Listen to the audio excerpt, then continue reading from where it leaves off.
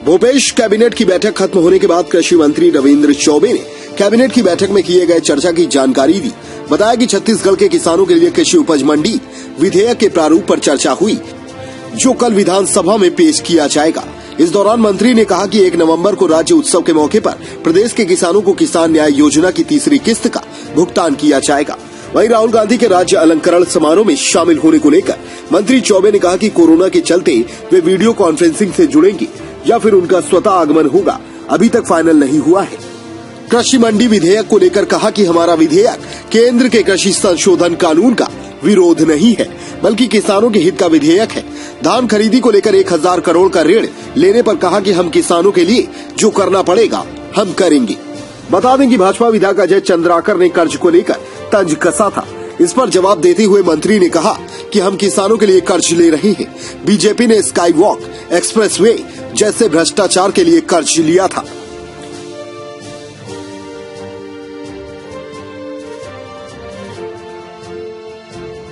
द्वारा और माननीय मुख्यमंत्री जी के द्वारा कहा जा रहा था कि हम अपने छत्तीसगढ़ के किसानों के लिए अपने कानूनों में संशोधन करके प्रावधान करेंगे और कानून का नया रूप देंगे।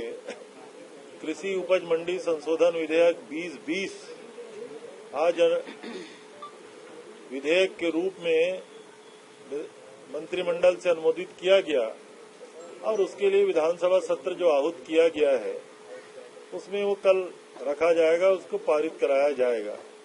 इस विधेयक के माध्यम से मंडी के कार्य क्षेत्र का विस्तार, आवश्यक वस्तु अधिनियम में जिस प्रकार से लिमिट हटाया गया है तो उसको नियंत्रित करने के लिए लेखा रखने का अधिकार और मंडी के कार्य क्षेत्र के विस्तारित करने के बाद किसानों के संरक्षण का अधिकार जैसे उपबंध उसमें किए गए हैं।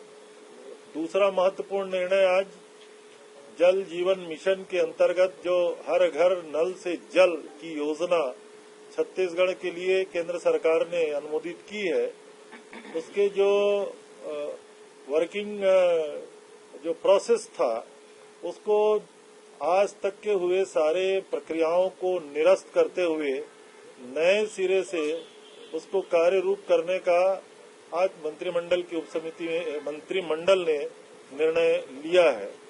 तीसरा, भारत माता वाहिनी को नशा मुक्त छत्तीसगढ़ बनाने की दिशा में, चूंकि उसका नोडल डिपार्टमेंट एक्साइज डिपार्टमेंट ही था, पता नहीं पिछली सरकार ने एक्साइज डिपार्टमेंट के अंतर्गत उसको क्यों रखा था।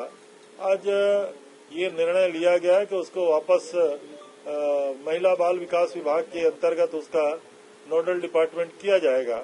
और चौथा तथा अंतिम बात यह है, औद्योगिक नीतियों में लगातार परिवर्तन करके हम छत्तीसगढ़ में आने वाले उद्योगों के लिए, नए खुलने वाले उद्योगों के लिए और छत्तीसगढ़ के एग्जिस्टिंग जो इंडस्ट्री है उसको मदद करने के लिए नीति बनाने जा रहे हैं।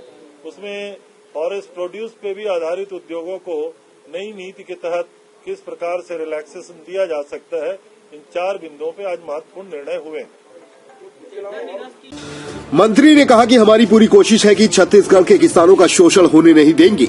इसी को ध्यान में रखते हुए हमने कृषि मंडी संशोधन विधेयक के प्रारूप का आज कैबिनेट की बैठक में अनुमोदन किया। कहा कि हम छत्तीसगढ़ के किसानों को उनका हक दिलाने का प्रयास कर रहे हैं। अगर कर्ज लेने होंगे तो वो भी होंगे।